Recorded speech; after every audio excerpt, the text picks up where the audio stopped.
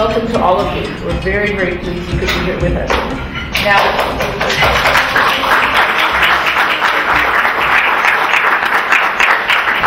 when we saw the protests that came out of the idea of establishing a mosque at Ground Zero, when we actually saw on television the rage, the anger, some of us didn't recognize America. The Muslims in America have had a much easier time of being assimilated and integrated and forming part of our country than the Muslims have in any of the other Western countries. In Europe, we know, in France, in England, in Germany, in Holland, the communities are totally isolated and separate, and many of them have very, very little interaction with the larger population. Whereas here in America, the Muslim community is very integrated. In fact, this may be a surprising statistic, but the average median income of a Muslim American is higher than the average median income of the rest of the population. We decided that we wanted to ask people from minority communities what is their view on the Ground Zero mosque controversy. The question being, not do the Muslims in America have a constitutional right to build a mosque near Ground Zero, but is it a good idea? And what I told them all in advance is that no one here is speaking for the entire religious community that he or she represents. Okay? And so I'm Jewish, and I'm going to represent the entire Jewish community in the world. And by doing that, I'm going to immediately read to you two opposing Jewish views. Okay? Nascent effort to combat anti-Islam sentiment is running into strong headwind. The New York Islamic Center controversy, and what some analysts say is the worst surge of nativism and bigotry since the Red Scare of the 1950s, is sharpening long-standing rifts in American Jewish life. Rabbi Stephen Guto, president of the Jewish Council for Public Affairs, said suggestions that Islam is somehow outside America's traditional religious freedom protections represents a seismic shift that could ultimately endanger Jews and every other religious minority. But I don't even want to go there, he said. Before talking about that, we should be outraged by what's happening in America because some of our most fundamental tenets are being challenged. Observers in the community note that Jews are torn between support for Israel, which sometimes morphs into hostility towards Islam, and commitment to civil and religious liberty, seen as key to the success story of Jews in this country. Suffice it to say that in the Jewish community there is tremendous diversity of opinion about what should be done. If the mosque is being built as an act of reconciliation, can one reconcile with someone who's been hurt without asking them what they would consider reconciliation? In terms of constitutional right, I think most of us would agree that, of course, every religious group has a constitutional right to build. So what I'm going to do is I'm going to start with jihad. Islam and Muslims as a religion, as a whole religious group, are not responsible for 9/11. There are individuals who claim to be Muslims who really are counter to the religion and have hijacked our religion as they did those planes on that day, are the ones who are responsible. We condemn them, but we can't apologize for them because we're not associated with them or affiliated with them any more than Hitler is with Christianity, or the guy who assassinated Azamer Bish'vahin is for Judaism. I mean, it's an extreme interpretation of those religions that would motivate someone to do what they did, and also in the case of Islam, there's some nuts in our tradition that we condemn, but we can't apologize for them because it's not at all something that reflects what we're about. Reconciliation is if we were somehow affiliated or associated with the guilty party, then we would need to sort of make amends and apologize for what we did. But there were Muslims who were killed in those Twin Towers, as well as Jews and Christians and other Americans. But my understanding is that the attempt to build the mosque there, the Cordoba House, invoking a time in history in which Muslims, Jews, and Christians cooperated in Andalusia and in Cordoba in particular. And it being a center, not just a mosque, but a center that was also going to engage in a lot of interfaith work, was an attempt to try and bring some greater insight and understanding to the Islamic tradition, a tradition as understood by this project leader that would be very much moderate, representing the mainstream of Islam, and would bring clarity to some of this misunderstanding about the religion. Having the proximity it does to 9/11 would somehow give greater profile to the efforts of moderate Muslims to try and distinguish themselves from those who would perpetrate extreme violent acts of terror, and have the opportunity to speak in our own voice about what Islam and Muslims are about. I think that as a nation, we haven't fully gone through a grieving process. We kind of went right into war. We didn't fully go through a grieving process and a healing process as a nation, and I think that that process still needs to take place. Thank you. I'm going to go next to Al Brigade, who's a Buddhist. Did you at any point ask yourself, there but for the grace of God go I? I mean, is that something that Buddhists ask themselves about during this time? Please. Well, I think being invited here this morning kind of made me think more about it than anything. And a question one of my fellow panelists asked me, she said, "You don't look like a Buddhist." And I thought, well, I guess I'm not only representing a minority religion, I'm a minority within a minority of being a non-Asian Buddhist. What I want to say is to say nothing, because I can't put myself in the shoes of jihad and the people who want to build this Muslim center.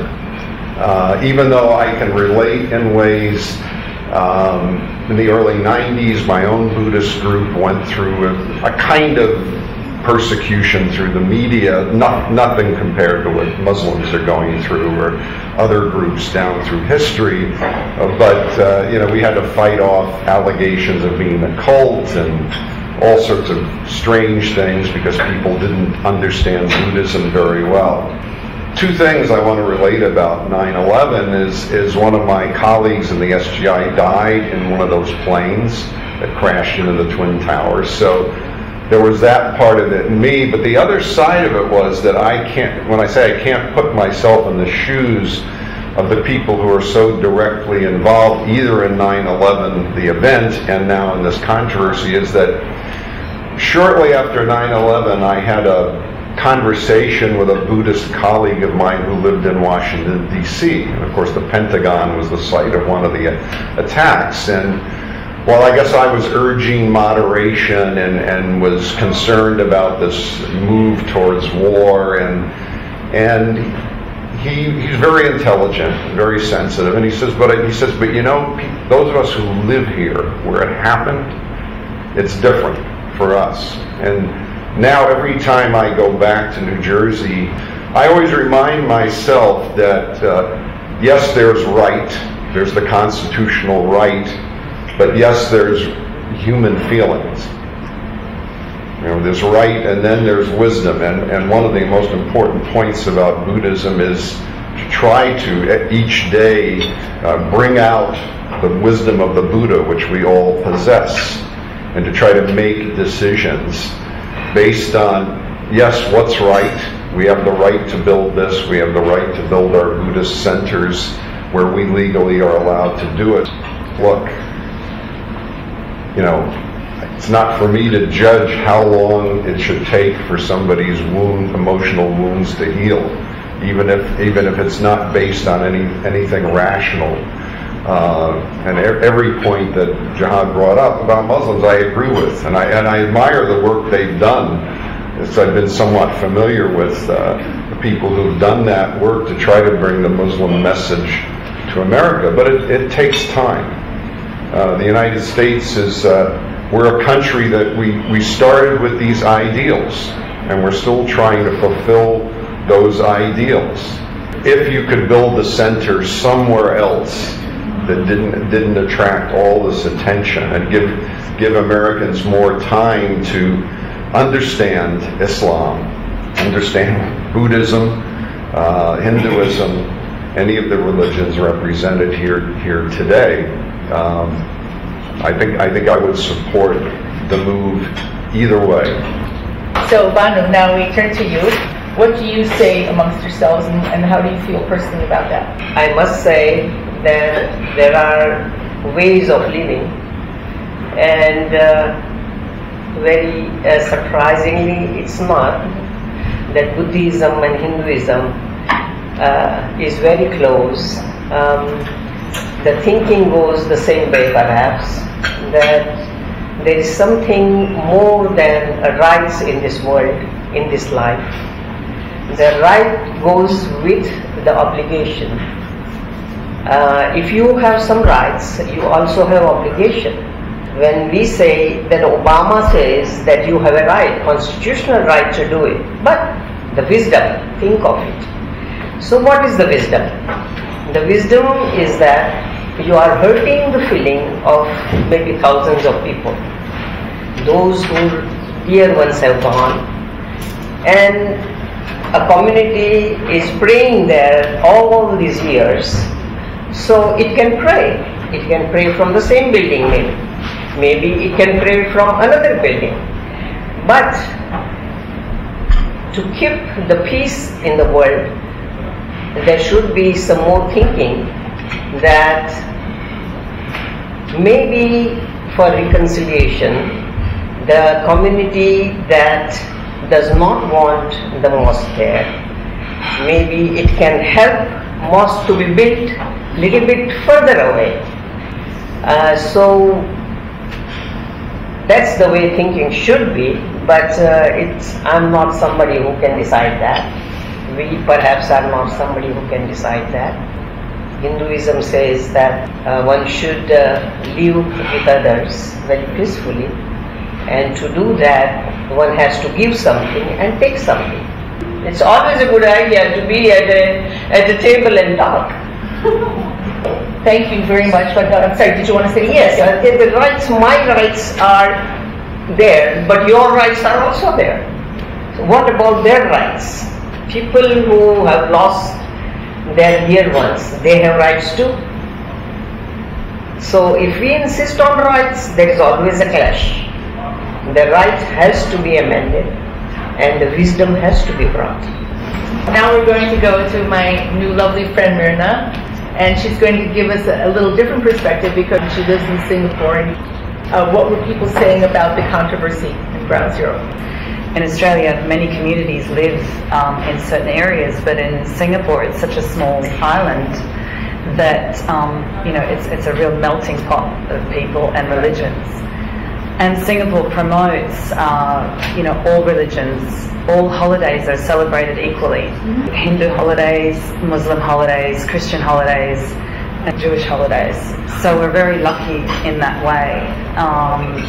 And Singapore tries not to be controversial in that way. So you don't really get a very definite opinion there. If you're asking my personal opinion, we're asking. My personal opinion is I agree with a lot of what Jihad is saying, that what we need to separate. We need to do a better job of separating those who committed the atrocity to who we are as Muslims. So